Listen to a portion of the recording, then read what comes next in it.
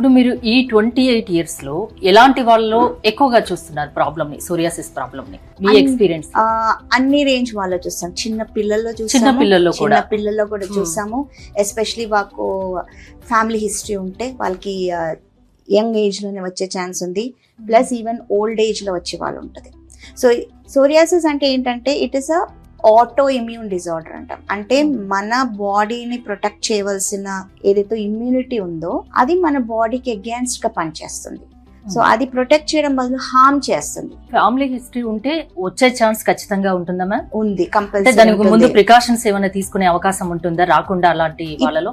ఇప్పుడు ఏమవుతుందంటే family history, ఇప్పుడు డయాబెటీస్ ఉందనుకోండి, ఫ్యామిలీ హిస్టరీలో ఒక్కరికి ఉందనుకోండి 50% ఛాన్స్ ఉంది పిల్లలు కూడా వచ్చేది. సేమ్ అట్లాగే సోరియాసిస్ ఉంటే కూడా వచ్చే ఛాన్స్ ఉంటుంది. మనం ఒకటే చేయగలిగింది ఏంటంటే ఇప్పుడు అది కంప్లీట్ గా ఆపగలుగుతామా లేదో తెలియదు, ఎందుకంటే జీన్స్ లో ఉంది కాబట్టి, జెనెటిక్ గా ఉంది కాబట్టి. కానీ ఎస్, మనం అది రాకుండా ఉన్న ప్రివెంటివ్ మెషర్స్ కొన్ని తీసుకోవచ్చు. మన డైట్ లో ఉన్న చేంజెస్ కానీ, ఆ స్కిన్ డ్రైగా ఉండకుండా కానీ, దాన్ని ట్రిగర్ చేసే ఫ్యాక్టర్స్ అవాయిడ్ చేసుకుంటూ అట్లా చేసుకుంటే we can delay it or కొంతమందిలో ప్రివెంట్. అంత స్ట్రాంగ్ జెనెటిక్ బ్యాకప్ లేకపోతే we can even prevent it from coming అనమాట.